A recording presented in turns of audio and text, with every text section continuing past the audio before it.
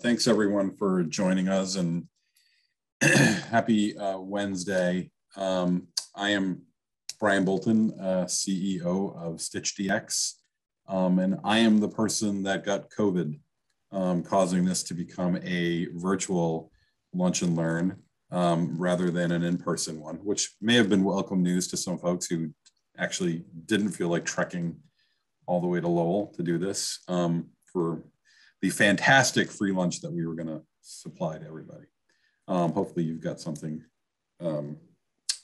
good to eat while you're listening to us talk here.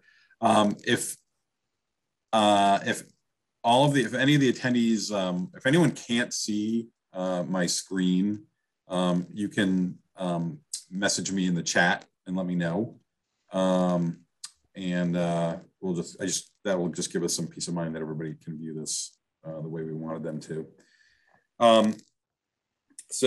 We are, a couple of notes, we are recording this. So if you're here, you obviously made it, but for those people who didn't or couldn't attend, we'll have a recording to send around after, or if you have to leave early for whatever reason, for sure. Also, if you have any questions that you want to ask, drop them into the chat and we'll do our best to address those. If they're sort of an immediate question, we can do it on the fly, or we can hold off until we have one way or the other. This webinar is marketing hacks for startups, right? So, we're hopefully going to give you some information that you guys can all use at whatever state of the journey of your startup is in right now. So if you're just getting going or you're a little more advanced in actually bringing in investment money, etc., hopefully there's something for everybody that we talk about here. I'll be presenting with Kelsey Flannery, who's StitchDX Digital Marketing Manager. Kelsey, if you guys are, for those of you who are involved with M2D2 and have gotten a lot of marketing messaging from them with regards to all of the challenges that they do, 200K challenge, Barracuda Bowl, et cetera, Kelsey drives most of that at StitchDX for M2D2. So, and because of my voice constantly giving out with COVID, she is going to drive most of this presentation today too. Looking forward to it. Awesome.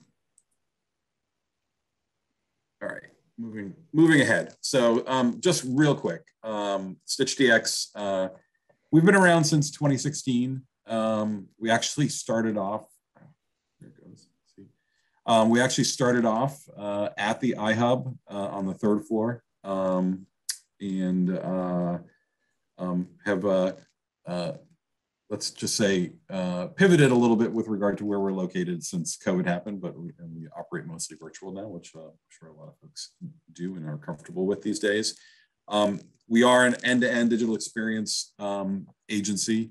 We do quite a bit of work on what we're talking about today, which is digital marketing and website development. And then the other sort of part of our business is called digital workplace, and that is sort of marketing and building digital experiences for employees. We find them to be quite similar, just some different priorities. So we do both that work, and we get involved with our customers both at the beginning, helping them create strategies that they can implement, implementing different technologies for marketing, whether that be what you build your website on or what you power your marketing programs with. We do full service around website and marketing collateral design and development. We are a certified HubSpot partner and a Microsoft partner. From a NASCAR slide perspective, we've worked with a lot of companies, small, large, across different verticals, across the United States. And would love to take that experience that we have and bring it to any of the folks on our webinar today. So with that, excuse me, as I cough, just as I hand off, I'm going to hand it over to Kelsey, who can take a sec and just quick intro and then jump right in, and I'll chime in where necessary. Fantastic. Thanks so much, Brian. So some of you, especially if you've been to MTG2 events in the last couple of years, you'll also recognize me. I do their social media marketing, both at events and then outside of it to build more awareness. So really excited if I've seen any of you before, and I hope we can give you a lot of things to take away from this quick lunch and learn. So to kind of start out, we just want to do a quick review on what marketing really is. And it might sound obvious. Marketing today is all digital marketing, which is any form of marketing that you've seen or put out online. And there's a bunch of ways that you can present this. You can send out emails, there's website, but the days of printing out flyers and putting them up in person are pretty much behind us. And to market your company in a way, or your startup in a way that gets a lot of eyes, you need to be out there online promoting it in a digital way.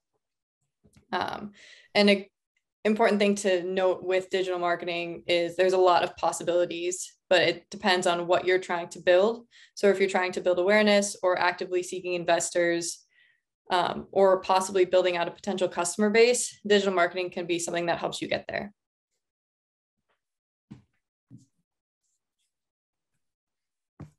I forgot I'm the I can't skip them. Thank you. slideshow commander here. Sorry. So a couple of quick benefits of digital marketing. The use of digital marketing today is a lot more cost-effective and friendly, and a lot easier for startups to start using today than it was a while ago. You get your name out there in front of anyone who's looking for what you're promoting or what you're working on. And it can help you even the playing field with some of these bigger brands who might have more name awareness and more budget to push things out. You can very quickly, when using digital marketing tools, figure out what's working by measuring what you've been doing and put your effort into the things that are driving the results you want to see, versus kind of trying your best to figure out what's working and not knowing what's really driving those results. And a key part of your digital marketing strategy is your website.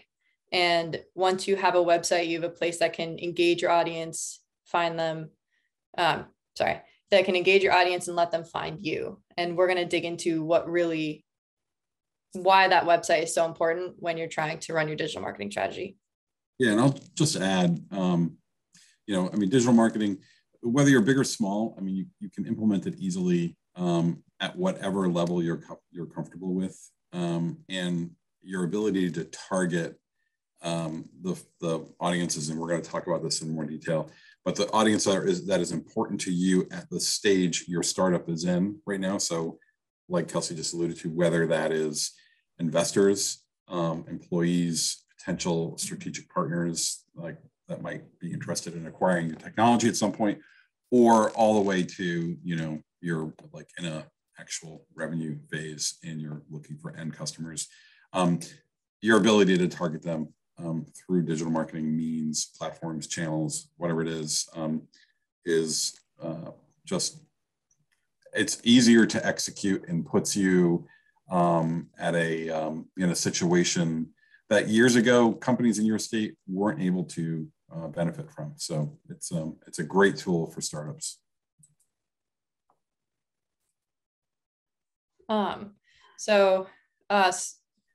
Some quick hits just on why your website is absolutely critical in your digital marketing strategy. Your website tells people right off the bat what you're doing, why it's important, and what stage you may be at, depending on what you're looking for, like Brian was saying.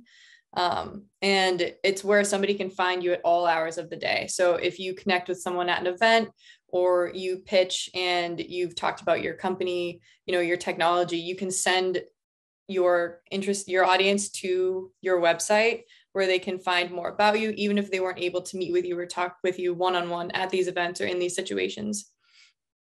And it's often when investors are doing research on companies they want to invest in or want to learn more about, they check out your LinkedIn and your website first and foremost, and then reach out to you if they find something that they think is worth their time or worth their money to invest in. And a website that not having a website at all, or having a website that doesn't accurately present what you're working on, can be something that turns away investors before they know the whole story. Yeah, it's really important. Whether you can spend a lot of time or a little time, small budget, better budget, whatever it is, wherever you are, just putting the effort into having a website that reflects your startup and what you're working on and what you want people visiting your website to know about you. It's critical. It's extremely important. So these are a couple of website rules of the road that you want to try to keep in mind. No matter where you're at in your stage of website building or what your budget is, you want to try to check all of these boxes. So as you can see, more than 50% of internet traffic is mobile. So Google's indexing these mobile first websites, which means that it's saying these sites are good and it's bringing you higher in your search results. It's helping your audience members find you. And so you want to do anything in your power to make sure that you are indexed as a mobile first website and that your website is responsive and is read well by Google. There's also important to make sure that you're optimized for search engines, which we'll go into more detail later. But this means that Google can tell what your website's about and it sees, the things that are important, and it acknowledges what people might be searching for when trying to find websites like yours.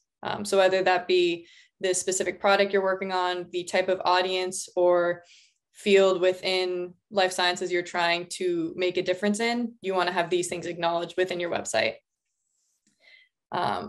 You want to make sure it loads quickly, which sounds pretty basic, but there's a lot of even bigger websites that don't think about how people will find their website. And then once they're on it, can they go from page to page pretty easily? When they click a link, does it load within a reasonable amount of time? So you want to make sure that you have that in your website when you're building it. And then let me jump in for a second, because there's an easy way to test that too. So you can Google page speed optimization test or something like that, and then it allows you to put your URL into that, and it'll tell you how well your website performs on a speed basis, both the desktop version and the mobile version. And as Kelsey was just saying, Google is really factoring in the performance of your site in mobile now in your overall search results. So even if you're early on and you're not like really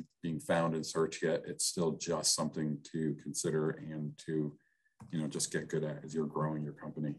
Right in the beginning. And then it's also important making sure that your website can do something to benefit you where you are and getting more information on the people that you want to reach out to or be in contact with. So you want to have a website that presents your startup, your product, your technology, but then also allows users to engage with your site, whether it be a form or resources they can get to, which we'll go into a little bit more detail as well. But the website should be in some ways a two-way street where they're getting information from you, but they can also provide you with information that you might need.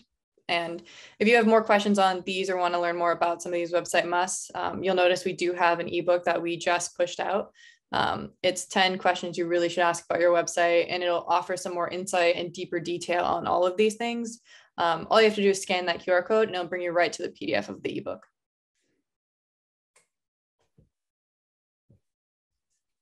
We can send that around after too. Oh, absolutely. And so this is just a really good visual to really explain what we're talking about when we say mobile first. You'll notice that responsive web design means that you can go and find that website on any tablet, laptop device, a phone, and it changes how it looks to be user friendly in whatever experience you are having that website. So I know we've all gone to websites where we've had it on our computer and then we open it on our phone and it's hard to read, the font's too small, you can't find the links you're looking for.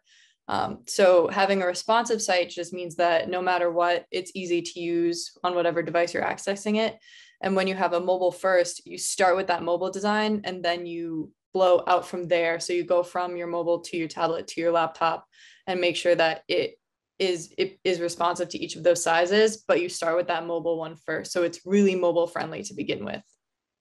Yeah, and that's no longer, I mean, years ago, I'm dating myself, that used to be a separate mobile site. And so that concept of responsive web design, it's one single website, one place for you to enter and add and edit content. But the way the site is built out, as Kelsey was mentioning, as you sort of size and hit different breakpoint sizes, so whether it's tablet, mobile phone, desktop, laptop, it just automatically resizes in a way that's perfectly rendered for that device. All right. I'll just segue for you here. So that was sort of some, background information, some basics.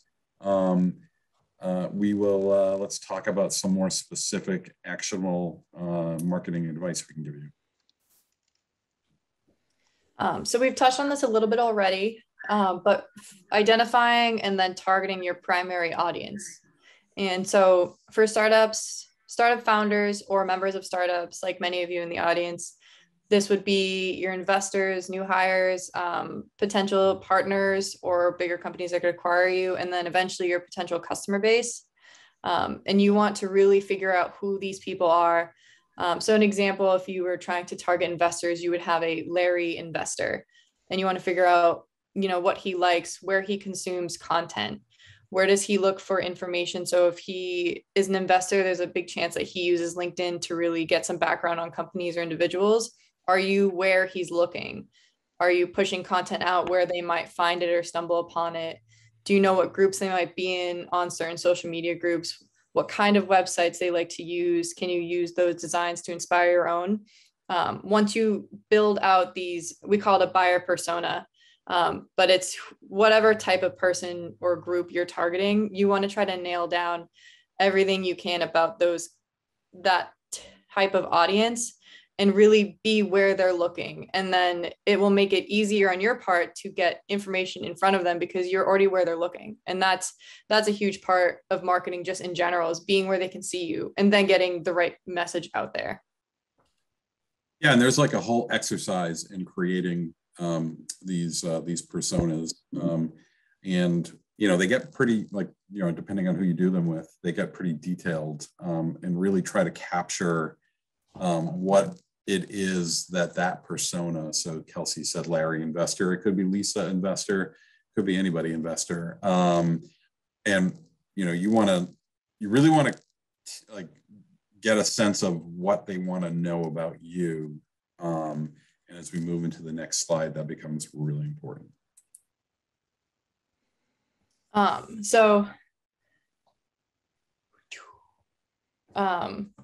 Creating a content asset and something that speaks to the audience that you are trying to target is really important because it gives them a way to learn more about you in ways that maybe you can't have just on your website on certain pages, or it gives you a chance to highlight the thing that you are considered an expert on or knowledgeable in that field.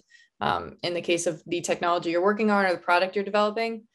So a content asset is, a blog, white paper, a case study, videos, brochures, anything that you have created and essentially kind of packaged outside of a blog, but packaged into something that they can access or download and use to learn more about you or what you're working on.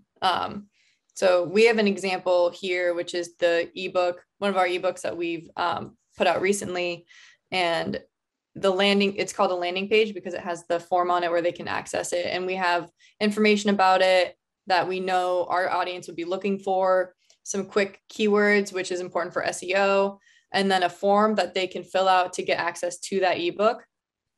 And we can know a little bit about them, their email or their company, and things that we use in our database.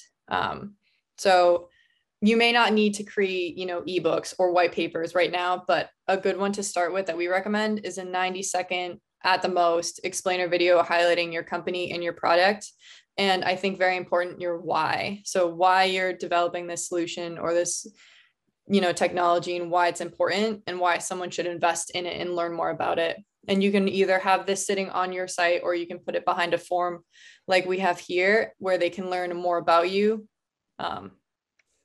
It doesn't have to be Hollywood quality, cameras can do a lot nowadays. If I can just pipe in on why a video, you can get a lot of mileage out of a video.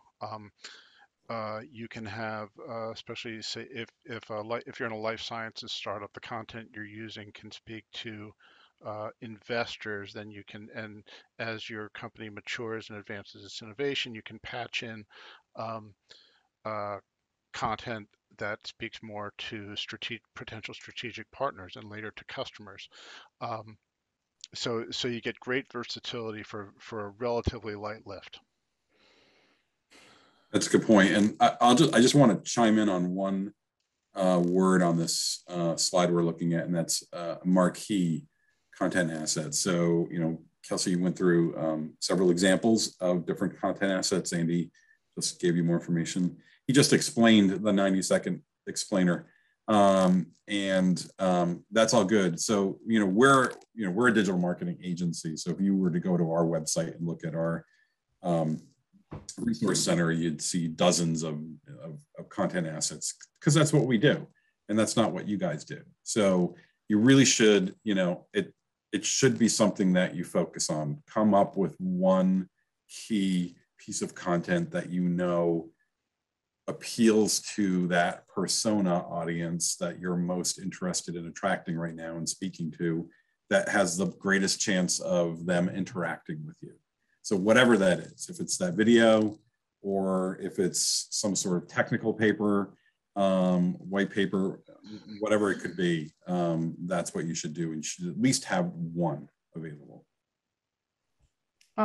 It's good to note too, and we'll talk more about social media and other types of outreach, but whether it be a video or a white paper, you can repurpose a lot of that content to share out to your persona or your audience in different ways. So even if you have a 90-second video, you can share 15 seconds of that if you have a couple good clips, and you can share highlights from an ebook or a white paper that you think really offer that impact.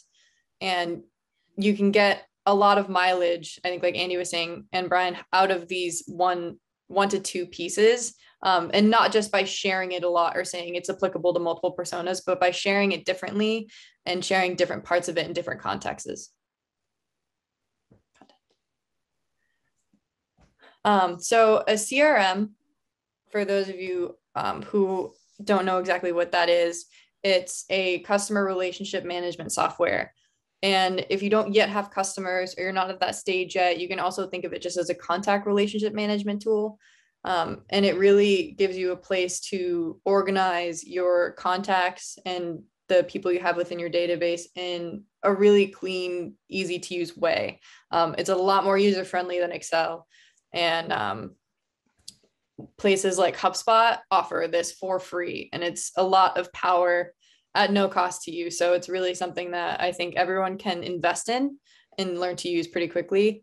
But you can use this to collect contact information, add contacts you get via, in-person networking options, or through your site, through forums, through some of those resources we were talking about. And then you can continually reach out to these people, with new information about your startup or your product, news, and you can have it in one place that you can access.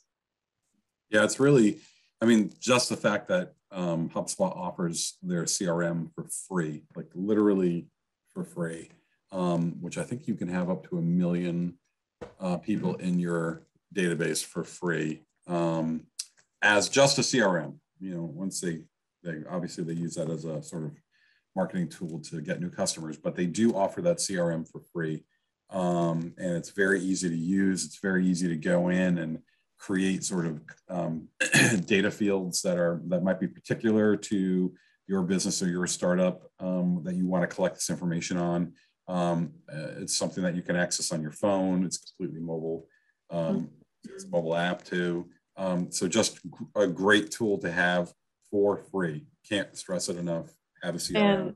And I think it's also really important to know, when you start to say, I have more budget to invest in my marketing efforts, once you've started with a CRM and HubSpot for free, you can build from there in that same platform and start using it to send out your emails, using it for more marketing efforts that you're coordinated, whether you're using workflows, social media, things like that. You are in this tool that already has a data that you've been collecting and you've been using, and you can just build from there versus having to learn to use new software or sync different platforms together. There's an all-in-one aspect of it that, as you grow, really helps the transition.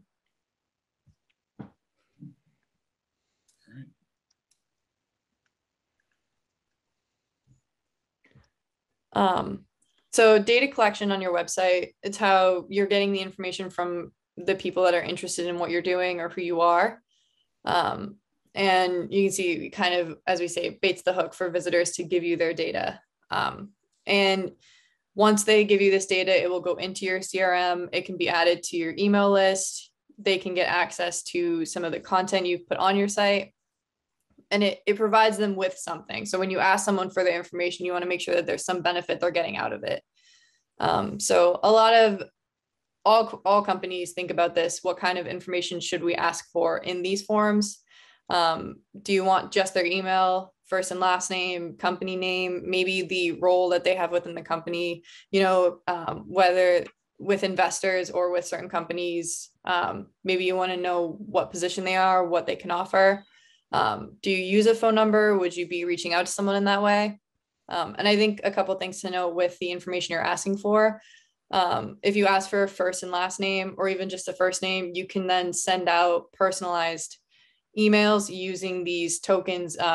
They have them within HubSpot. It's a personalization token. And so you can send out emails that really speak to that person you're sending them to, because you said, hello, Bill, versus having to just say hi and some, vague address at the beginning of the email. So I do think there is such a thing as too much information that you can ask for, but there is reasons behind each of these. And you just have to think about how would you use the information you're asking for and how would it benefit your database. And oh, sorry, Kelsey. No, go ahead. And just adding on to that, because, if you're an early stage startup, it's not like you're just getting random leads on your website from people that don't have a specific purpose to look you up. So I think you, like, in that stage of your life cycle, your ability probably to ask for more information versus less, because you want to know, like, all right, so who wants to know, about this, who wants to know this about my company, without asking too much, okay, but you should be able to get some information from people that might be downloading that content asset on your website, for example. Yeah, I think a big one will definitely be company name and possibly role. That would be really beneficial for any startups within the early stages, especially if you have some representatives at certain companies, or you're seeking to connect with specific organizations. You can see right away if you have that, and you can elevate them in your outreach if you know that you want to talk with them right away. Using that information, it could just really help you prioritize and direct your targeted messaging the right way. So consistent communication across the board is very important.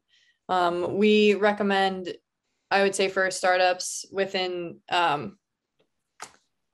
your industry, once a month or once a quarter.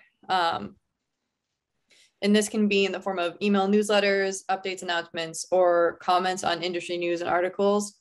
And I know I've talked to startups at M2D2's events, and I know sometimes you feel like you don't have enough that you can say, or you don't have anything to share.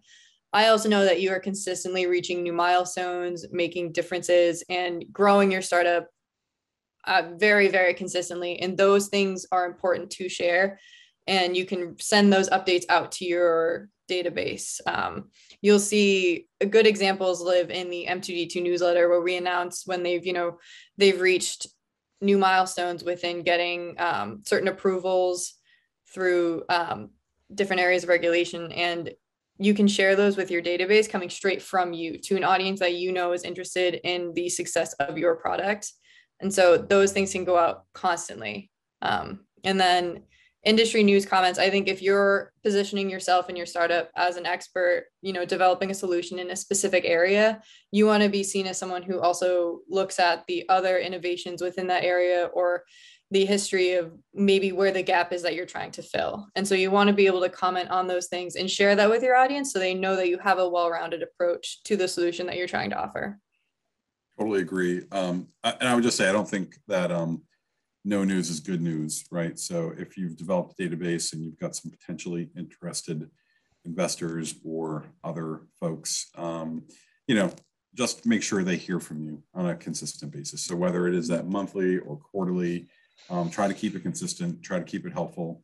If they don't hear from you, they might assume things aren't going well. So keep the news coming. And it's easier than you might think. I know everybody on this call has a lot on their mind with their company, with the space in which they work, and if one or two little nuggets a month, anything from saw this article and this is what we think about this is, like we think this and want to add this. We just hired this research associate, or hey, we need a research associate. There's always something you can talk about. So we mentioned this very lightly earlier, and it's SEO, which is search engine optimization for your website. And this is something you want to start getting right off the bat. And there's some quick ways that you can take care of this.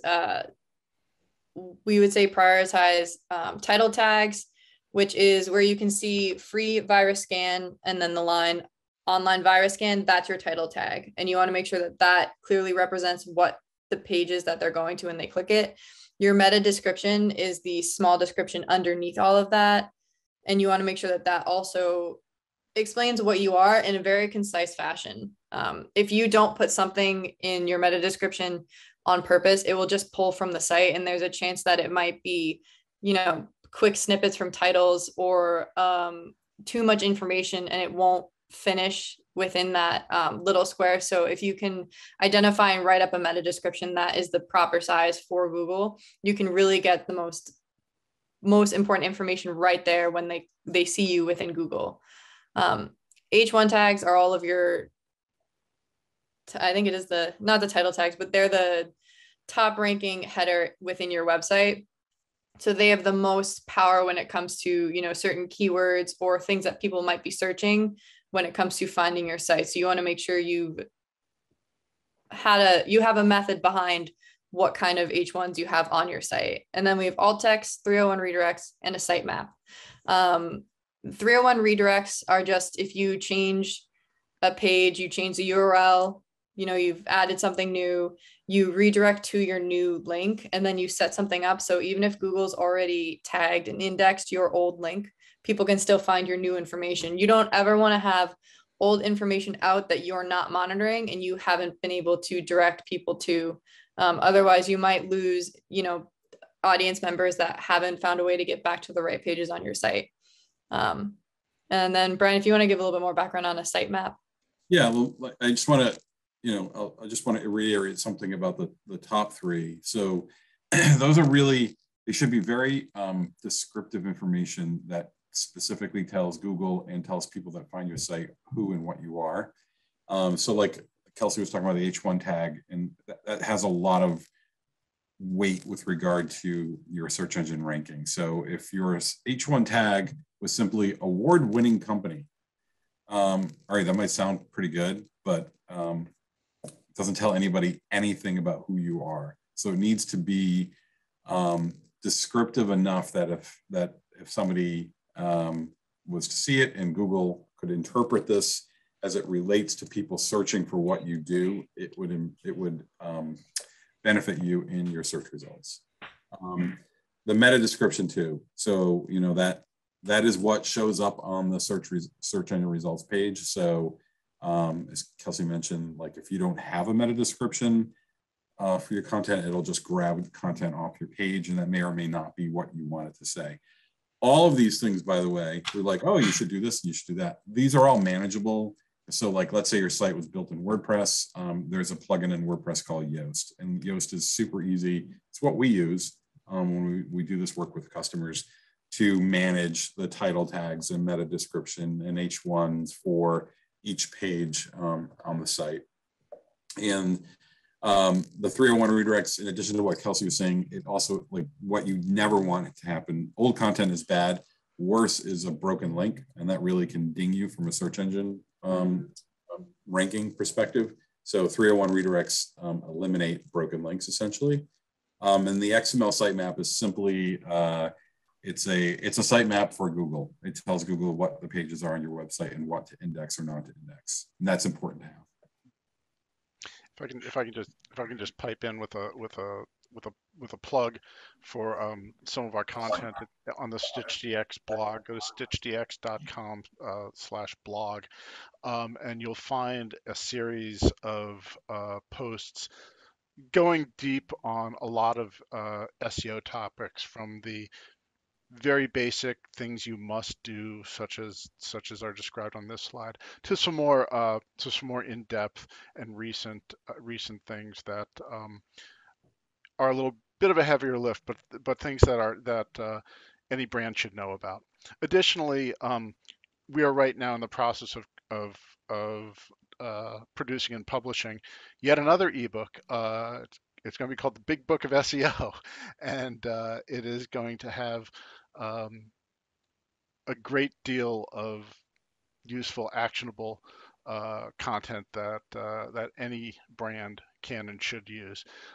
To be apprised of that when it drops, you can go to any page of our website, scroll down, and fill out the give us your email address, and we'll subscribe you to that.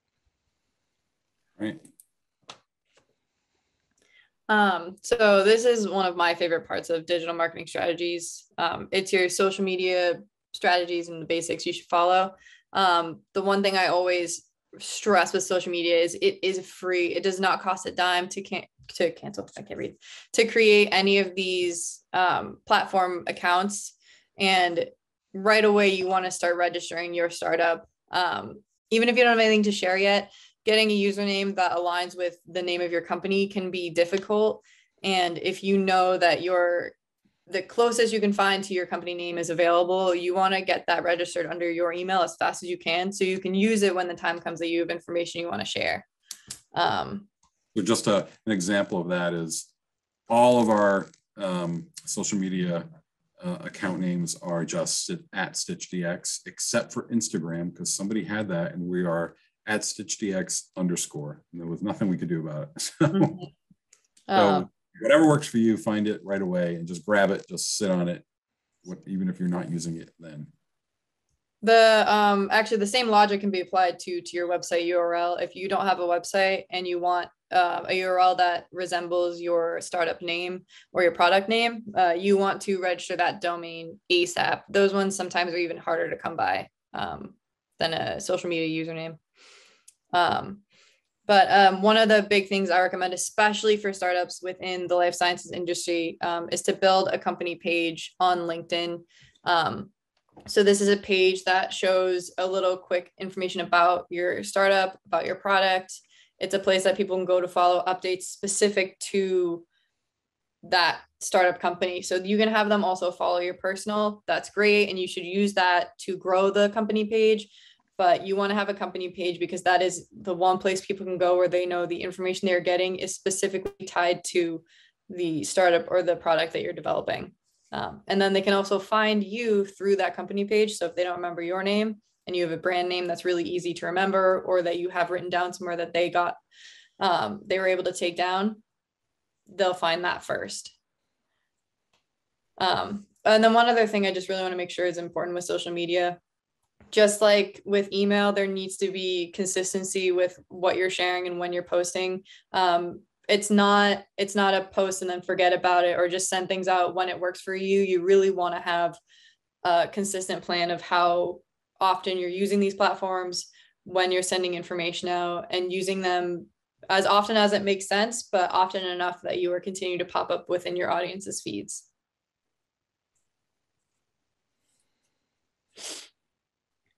So some marketing automation basics, just to make sure you have some awareness of. They're the forms we've talked about, which can be a contact form on your site, or a form that leads people to content you've created. You have call to actions, which are also referred to as CTAs. And those are any buttons on your site that bring you to another page or to content, or, to another blog post that you've shared, or a PR type of news announcement about your startup that you've linked to from your site. And then you have email, which we talked about, doing newsletters, updates, outreach to contact members that you have that you think need to know more about you. And then your landing pages, chatbot, and workflows. So landing pages have those forms on them. They have a way for people to supply their information in exchange for content or more information. And then a chatbot, you'll see one if you go to our website for StitchDX. We have a little bot that lives in the bottom right-hand corner. And using that, you can ask questions. You can have a way for people to communicate with you or your site at all hours of the day. And pretty cool. HubSpot does offer this, I believe, for free. And then you can it's in HubSpot free. Yep. And then you can get more functionalities as you move up within HubSpot for their starter, or from there. But the chatbot is just like a free employee that answers questions you can set up on the site and can get information from people if they don't know how to find those contact forms, or they had some questions and realized they did want more information. They can supply that email to a chatbot. And then we have workflows. If you do go to our site, you'll see that I really like HubSpot and I like their workflows a ton. And they offer these simple versions of workflows, which allow you to automate responses when people download content or fill out certain forms. You can set up an automatic response to go to those people. So you don't have to monitor every time a form is filled out to send out a response or more information. You can have that stuff set up in the past so you can focus your time on more important things, which might be, finishing your innovation or getting it in front of investors, registering for events and challenges and things like that. Or completing that, groundbreaking, changing lives. Right, exactly. And just like what Kelsey was just explaining about workflows. I mean, that's really the crux of marketing automation, and it is what it implies, right? It's ways to set up marketing that happens without you having to do anything. You pre-program it. So, we are a HubSpot certified partner. HubSpot is great from that perspective, where it offers some pretty decent free capabilities. So we already talked about the CRM. The chatbot is free. The one trade-off usually with their free is that there is HubSpot branding on it. And then if you move up to their starter products, which aren't that much, it's like $50 a month. It's not crazy. But I know, as a startup, every dollar spent is something to consider. So, but that would remove the branding and give you more capabilities. So just something to think about. The free stuff, can really sort of meet the need that you might have at this moment, and give you some capabilities that, again, make marketing easy for companies that are just in a startup phase. To build on that too, these are some more of the low cost and free tools that we've used both for clients and then taken advantage of, just because if it's going to help you market better to your targeted audience, why wouldn't you? Google Analytics, we've talked about, the data that you might need to see how people are on your site. Google can show you types of users. I think if we went into a little more detail, it can show you how many users you have visiting your site, whether you have new users, what pages maybe you're getting the most visitors. And that can tell you, oh, this type of content or this type of information is really speaking to the audience that we want. Let's put more time and effort into building more things that reflect what people are looking for. Same with Hotjar. It puts pretty much a heat map on your site, and it shows you where people are, their mouse is hovering, where they're spending the most time. And if you notice that people aren't making it to the lower half of your site, which is very common, it's called staying above the fold. You know that you want to get the most important information right at the top, because that's where the most people will see it. We've talked a lot about HubSpot, free and starter. They have a ton of tools and things that you can use to really just get started with marketing, try things that work, maybe don't work. And then from there, figure out how much you want to invest in the marketing of your startup. Not just, and let me just interject for a sec. Not just the tool themselves, but I mean, HubSpot's content. They invented the whole basically content marketing concept and inbound marketing, which is attracting people to you based on content that you've published. They have so much helpful content out there. You just Google it and they come up. So just good to know. Yeah, no, it's a really good point. Canva is something I work in almost daily. It's a graphic design tool and there are paid versions, but you get a ton of use from just the free version of Canva. They also offer templates, advice. Canva itself has a website too that has information on designing things when if you want to have graphics for your website or for certain social media feeds, how to make those optimize, how to size them the right way. A lot of stuff like that, which really helps if you don't know where to start or if you have no experience. It's a good one to use. And then Buffer and Hootsuite are both third-party social media scheduling tools. HubSpot does have this capability, but it's later up in their tiers. Buffer and Hootsuite are low-cost options that let you schedule social posts out in advance and also look at some of the analytics connected to those posts. And that's really helpful if you're very busy and you have, you know, a day or two of downtime, you can get some of this stuff out in advance. So even if you lose track of time or you find something else came up, you still have content going out on these feeds on a consistent basis. And then LinkedIn offers a LinkedIn blog and LinkedIn newsletters. And these can be useful depending on if you have, you know, a CRM or you have an email automation tool that is sending out emails to your database. But the LinkedIn blog and article ability lets you post your content or information right to LinkedIn. So it's getting right in front of the audience members you might already have there. And it also just really builds out that company page. So you can use that to showcase more of your expertise, the success you've had so far. Maybe you've been to an event recently or you pitched and you want to talk about that experience. It's another avenue that you can just get those types of things out there. So just a little bit, kind of like the proof is in the pudding. For M2D2, we've been employing social media strategy for them since we've started working with them. And in the last little under a year, we've started to focus a lot of our efforts within LinkedIn, and we started to employ really aggressive strategies with this platform. So we saw their LinkedIn following grow about a little over 1,000 since Thanksgiving of last year. And in the last 90 days, we've seen 310 new followers, and we've saw an increased LinkedIn page view for the M2D2 page by 5.2% in the last 90 days. And a couple of things to note with this screenshot here. I have some tips that I've shared in the past on LinkedIn, but you'll see that the banner in the back is customized to an event that's happening soon for M2D2. We've changed a profile picture to a specific brand to promote an event happening. And then we have quick information on what M2D2 is, you know, the important things that people need to know about us. And then we have a button where you can get to the event page. So whether or not someone makes it to our website, if we have something we want them to see right away, we've put it front and center on this company page. And so all of our followers that we have will see this when they come there. And that's really helpful in just increasing overall engagement and registrations at these events. We've seen a lot of increases across the board since we've employed this type of strategy. Just to add to the achievement there, you know, maybe adding 1,000 new LinkedIn followers since Thanksgiving 2021 doesn't sound all that great, but considering that they have a total right now of, you can see in the screenshot, of 1,228 followers. So the order of magnitude in percent increase that we've added to their LinkedIn followers is substantial. So, you know, just putting a finer point on it.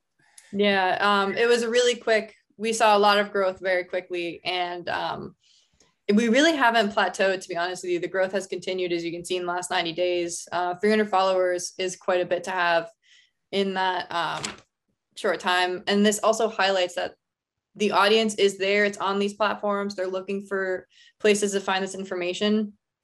And you know, you can reach out to us after this if you want to know more about the strategies we've used, things we'd recommend, how we can help. But it's possible to grow that awareness, even if you're starting with zero. You know, there's things you can do that really drive that interest in who you are. And there's ways to get, you know, through the noise and to get people to see what your company is. All right. Well, that brings us to the end of our presentation here. Great work, Kelsey. Thank you. Yeah, and if anyone has any questions right now, I've answered several Q&A questions during the course of the presentation directly back to folks. But I think you can raise your, if you had a question, you could raise your hand. Otherwise, we're also going to be sending out some follow-up post the event along with the recording.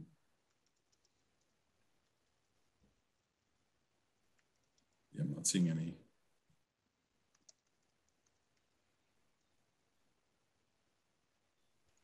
All right, well, on that note, thanks everybody. Thanks for your time today. Thanks for your flexibility. Sorry for the change of venue, but you know, because of digital marketing and digital technology, it was easy to do. We'll talk to everybody later. Thank you.